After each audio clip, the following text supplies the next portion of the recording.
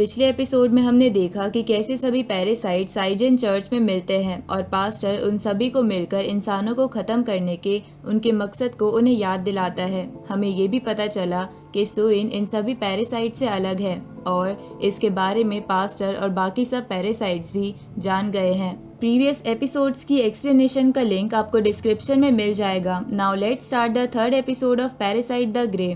Episode 3 की starting में past का सीन दिखाते हैं जिसमें चोई को उसके हस्बैंड के साथ दिखाया जाता है जब वो ठीक था। वो दोनों एक शॉपिंग मार्ट के बाहर होते हैं। चोई अपने हस्बैंड को बाहर छोड़कर बिल लेने वापस मार्ट में जाती है और तभी उसके हस्बैंड पर पैरासाइट अटैक करता है और उसके अंदर चला जाता है। जैसे ही चोई बाहर जाने लगती है तो वो देखती है कि वहाँ भगदड़ मच गई है और सभी लोग छुप रहे हैं। तभी वो देखती है कि उसका हस्बैंड मार्ट में आता है और वो उसके पीछे जाती है। वो जैसे ही उसके पास पहुंचती है तो उसका हस्बैंड पैरासाइट में बदल जाता है और उस पर हमला कर देता है। वो अपनी जान बचाकर वहां से भागती है और बहुत स्मार्टली पैरासाइट को एक स्टोर में ले जाकर उस पर एसिड फेंक देती है जिससे पैरासाइट ढीला पड़ जाता है और तभी चोई उसे स्टोर में बंद कर देती है। पैरासाइट के हमले से चोई का एक कान कट जाता है लेकिन फिर भी वो उसे कैद करने में कामयाब होती है। यहाँ से सीन शिफ्ट होता है और प्रेजेंट में सुइन और सियोल को दिखाते हैं। ये दोनों एक होटल में छुपे होते हैं और डिसाइड करते हैं कि साइजिन चर्च के बारे में पुलिस को इन्फॉर्मेशन देंगे, लेकिन ये काम वो अपनी आइडेंटिटी छुपाकर करना चाहते हैं। सुइन सियोल को बताती है कि एक पुलिस ऑफिसर उसके नोन में है और वो उसे ये इन्फॉर्मेशन दे सकते हैं। वो सियोल को किम का नंबर देती है।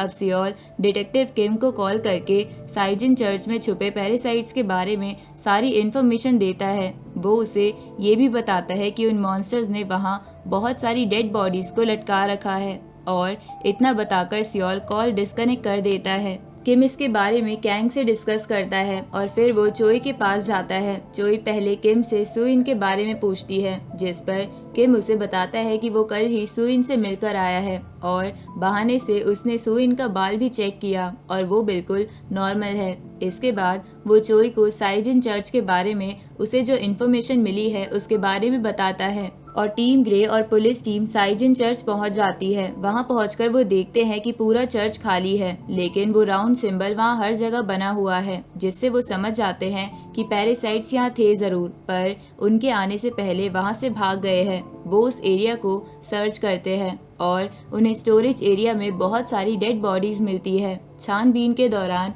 किम को वहां सुइन का की रिंग मिलता है जो उसने गिफ्ट में सुइन को दिया था और वो उसे अपनी पॉकेट में छुपा लेता है। चोई किम को की रिंग छुपाते हुए देख लेती है। टीम ग्रे के रिसर्च से पता चलता है कि साइजिन चर्च का पास्टर काफी टाइम से मिसिंग है और उन्हें डाउट होता है कि वो भी पैरासाइट हो सकता है। कैंग पास्टर को ढूंढने की रिस्पॉन्सिबिलिटी लेता है और अकेले ही वहां से निकल जाता है। वो एक काफी बड़े वेयर हाउस में जाता है जहां वो पास्टर और बाकी सब पैरासाइट्स होते हैं। इससे पता चलता है कि कैंग उनके साथ मिला हुआ है और उसी ने साइजिन चर्च पर होने वाले हमले के बारे में पहले से पैरासाइट्स को बताया था।